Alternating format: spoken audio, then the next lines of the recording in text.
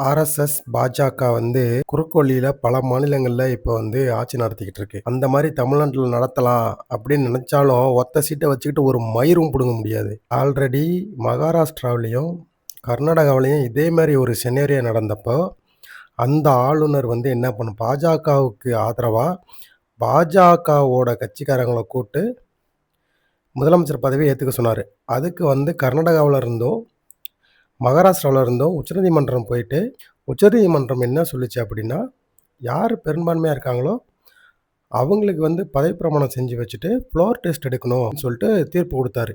அந்த மாரி நடக்கும்போது, ஏன் இந்த பாஜகவோட ஆளுநர் தமிழ்நாட்டுல வந்து இந்த மாரி பண்ணிட்டு இருக்காருன்னு தெரியல. நீங்க என்ன வேணாலும் பண்ணுங்க. தமிழ்நாட்டுல இருக்கிற தாமரையில தண்ணியே ஒட்டாதம்போது, தமிழ்நாட்டு மக்கள் எப்பவுமே ஒட்ட மாட்டாங்க. நீங்க இந்த மாரி பண்ணிக்கிட்டு இருக்கிறது தமிழ்நாட்டு மக்களுக்கு தெரியாதுன்னு நெனச்சுக்கிட்டு இருக்காதீங்க. பாஜக இப்ப இல்ல. மோடியோட பேரன் இல்ல. அமித்ஷாவோட பையன் இல்ல. எத்தன தலைமுறை கழிச்சு வந்தாலும் தமிழ்நாட்டுல பாஜக கால் ஊன்றவே முடியாதுடா.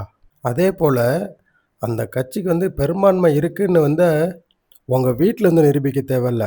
லோக் பவன்ல வந்து தெரிவிக்க தேவையில்ல. சட்டமன்றத்தில தான் தெரிவிக்கணும். அதாவது நீங்க இருக்கிற பொசிஷனுக்கு வேல பாருங்க.